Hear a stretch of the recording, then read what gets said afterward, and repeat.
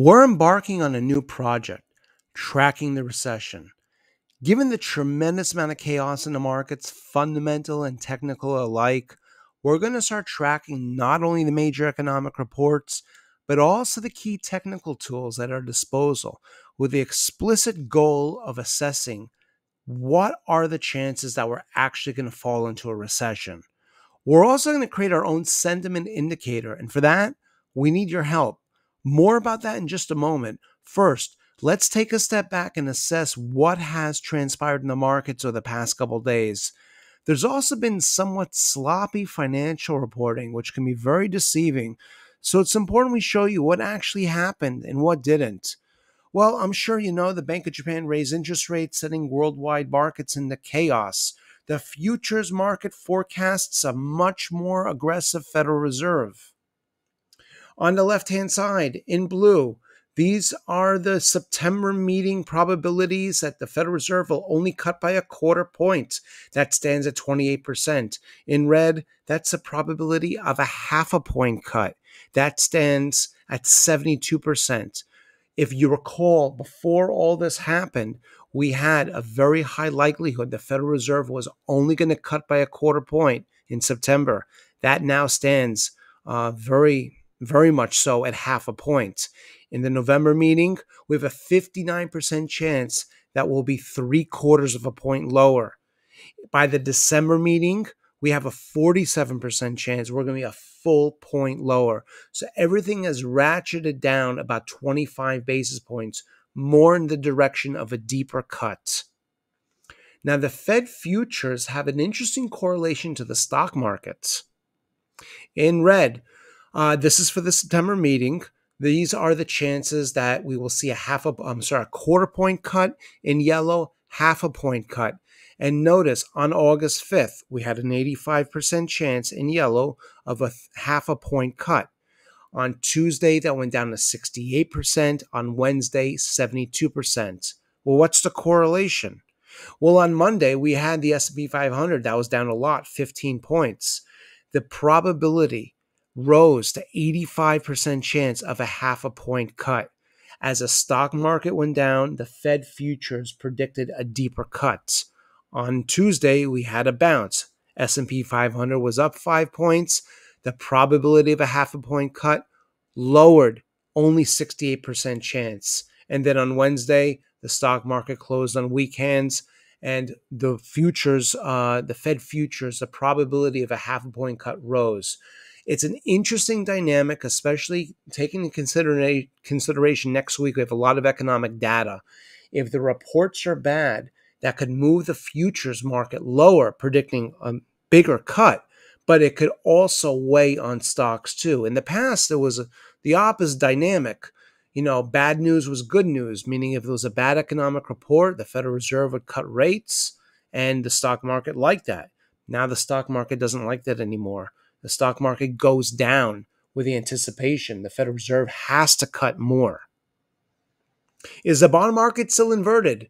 Now, here's an example of somewhat sloppy financial reporting. I'm sure you read the inverted bond market, the 210 bond market ended the other day. Is that the case? Well, the 2-year bond right now pays a 3.94. The 10-year pays a 3.91. The inverted bond market between the 210 maturities is still very much intact. So what happened? We see here in red, that's the 2-year bond. In blue, the 10-year. On Monday, the 2-year bond paid a 3.89, the 10-year 3.78. On Tuesday, 3.99 versus 3.90, and on Wednesday, 3.94 versus 3.91. So in every single day this week, the 2-year bond still paid a higher amount than the 10-year. Why did they report the inverted bond market was over? Because it crossed over intraday, but it did not close on that basis, meaning that, yes, the 2-year sank below the 10 temporarily, but then regained some ground. So the inverted bond market is still very much intact. Now, it's not incredibly important the exact day that the inverted bond market's over. It's much more important to recognize that we have an inverted bond market for a very long time, and what are the implications that usually, recessions are typically preceded by an inverted bond market. But It's just important to recognize they may report something intraday, but it doesn't make it the fact until we see those closing prices. By the way, you can check for yourself on Bloomberg.com or any number of other websites. 2-year bond pays at 394, the 10, 391. What is the VIX telling us? The VIX is a volatility index, measures fear in the S&P 500. When the stock market goes down, the VIX goes up. This is another example of somewhat, quick to the press type of reporting. CNBC. Wall Street's fear gauge, the VIX hits highest level since the pandemic market plunge in 2020, which technically is true. A lot of websites out there reported that the VIX hit 65. That is true. Intraday, the long candlestick wick, that shows us the low and the high of the S&P 500, or I'm sorry, the VIX in this case. But the thick part of the candlestick in green, that shows us the open to the close. So we did hit those 65 levels intraday, but the VIX actually closed just a little bit below 40. But 40 is still, we're going to show you in just a second, statistically not very likely. Now, this is the frequency. We took about 30 years of data going back to the 1990s. What is the frequency? How often does the VIX hit 40? Well, the VIX between 10 and 15 occurs 32% of the time. 15 to 20, 27% of the time. In fact, we can see the VIX is above 30 to 35 level only 5% of the time.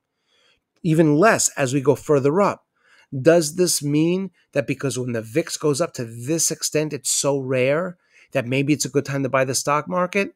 There's a lot of analysts that were saying that. That's not necessarily the case, though.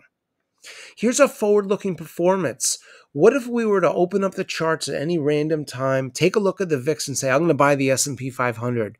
What would be, statistically speaking, my forward performance? How will the S&P 500 perform over the next 1, 2, or 3 months? Well, we can see here when the VIX is low, 5, 10, 15, 20, we tend to see inferior performance. Why? Because the stock market's already strong. If the VIX is 10 or 15, it means the stock market has already been strong for a long time. So the subsequent performance may not be that great. And true, usually we see better performance to buy the stock market. It goes up more after we buy it when the VIX is high. But the VIX hits 40 the other day, well, at 65 intraday and closed almost at 40. Does that mean it's a good time to buy? Not necessarily. We're going to see in just a moment why. The VIX closed on Wednesday, 27.85. Statistically speaking, now this is just statistically speaking, the forward performance, 2.2% over the next month, 4.3% over the next 2 months, 3-month return, 6.3%. So why can't we just buy? Well, here's why. In 2020, S&P 500 in blue, the VIX hit 27.85 before we saw the biggest move down. You see, it's not only important the level of the VIX, but also where are we coming from? Is this the first time the VIX hit 27.85? In 2008, stock market was going down. The VIX hit 31.70. Was it a good time to buy? That was not at all. We had not even seen the biggest leg down. So we really have to take into consideration 2 things. Number 1, is this the first time the VIX is hitting these big levels? And number 2, is this just a quick market pullback and, the VIX spike? And this is just a one-off occurrence? Or is this the beginning of something much more significant? Now we need your help. Please vote on our poll on our YouTube page. When do you predict the U.S. will fall into recession? By U.S. elections? By New Year's? First quarter 25? Second quarter later? Or will we have a soft landing and we'll avoid the recession altogether? We're going to launch this poll on a weekly basis, and we're going to track the data, and we're going to compare this against the big economic numbers that we're expecting, inflation and jobs numbers and manufacturing, as well as what we see technically occurring, the VIX and all these other tools at our disposal. And we're going to try to match together the sentiment as far as the expectation, the public expectation of a possible recession, and compare that to our economic numbers and the Fed futures and everything else going on. It's going to be a really interesting experiment. And the more often you can vote with us, the more statistically accurate it'll be. So we really thank you ahead of time for helping us out. We hope this has been helpful. We look forward to seeing you back soon.